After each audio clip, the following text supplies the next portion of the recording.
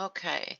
So the one thing I wanted to start with that we spoke about briefly yesterday was what happens to rejected offers. And it was the one question that I didn't know the answer to, and it's the simplest one of all. So what this is if you, like we all running into, you writing an offer on a property and there's, 4, 5, 6 other offers and your offer gets rejected. Um, Century 21 wants those rejected offers kept and recorded.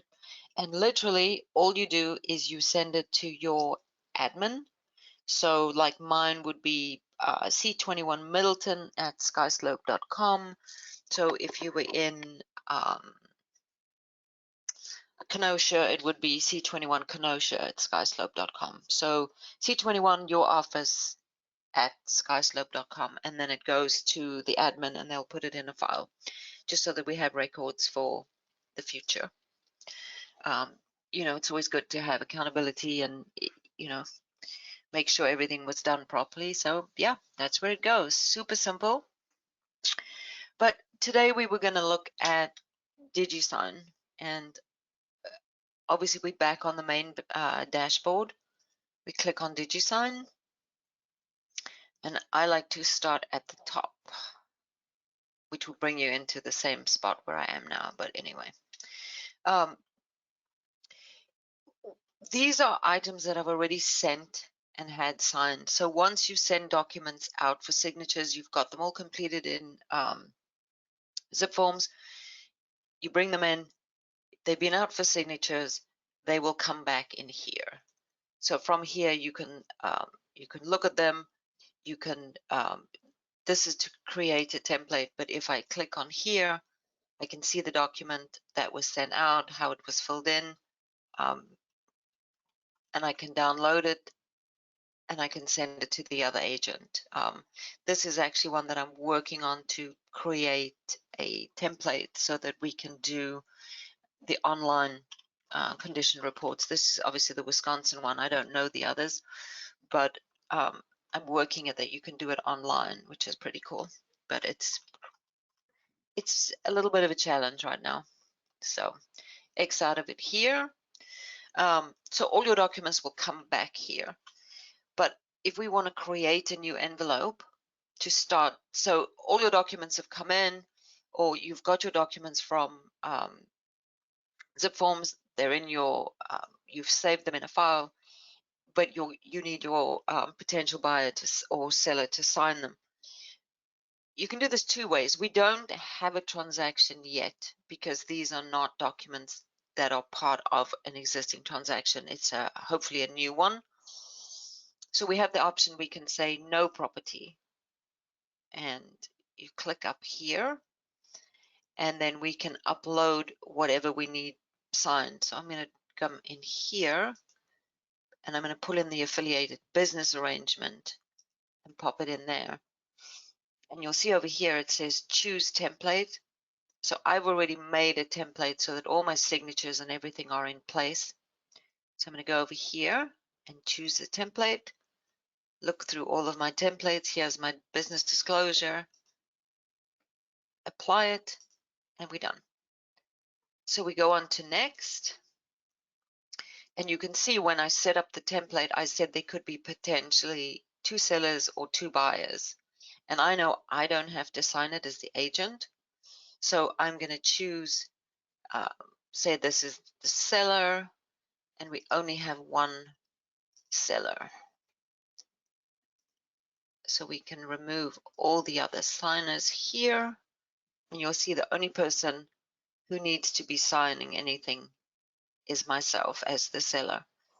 But if I know that maybe the seller's attorney wanted a copy, or he wants a copy to go to somebody else, or you want to send it to another agent, you can put them in here as a new recipient, and you can see select role. So I'm going to say it goes to the agent on the other side, and needs to sign. No, they don't, but they can receive a copy. I've put in their details, email address, save it there. So we've got it all in here. We've got our who the seller is, seller's address, there they are, and who needs to get a copy. And we go to next.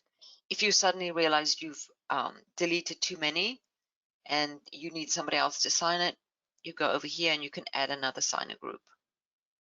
But I'm going to X out of there and we go to next, and you'll see everything is all filled in, and because it's a template, my signature is already dropped in there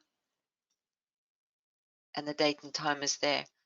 This will not be X'd out to say buyer, because you would have done this in your zip form document. You would have prepared it and you would have crossed out or X'd out, whichever, if you had the buyer or the seller.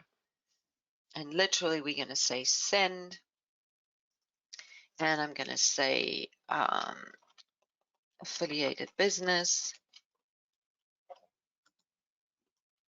doc, and please sign and send for signatures.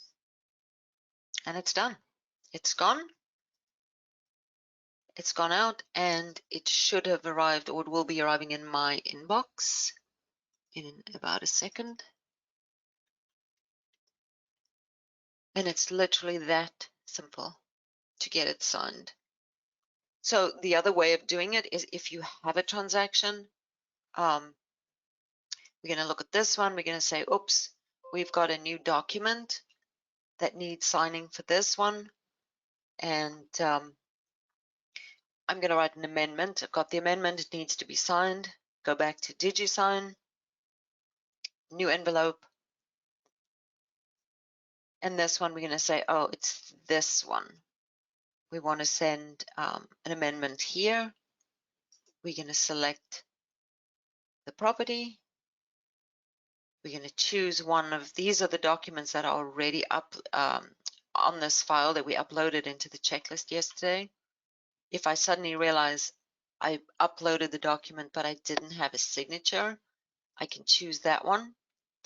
Or what I can do again is, if I realize that I forgot to do electronic consent or one of those documents, I can go back in here, choose one.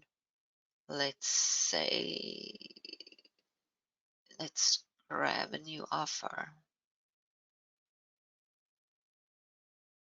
And again, I've already got a template for it. If you didn't have a template, so I'm going to not choose it. We go to next. And again, we choose who has to sign. We know that who has to sign on here. So I'm going to say purchaser here and go to next. And this one, because I don't have a template, I'm going to go all the way to the bottom and see where I have to put in my signature, which is over here.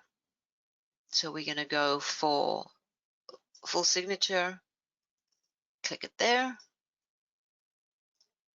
and we're going to say full name, pop that in here, and date signed there.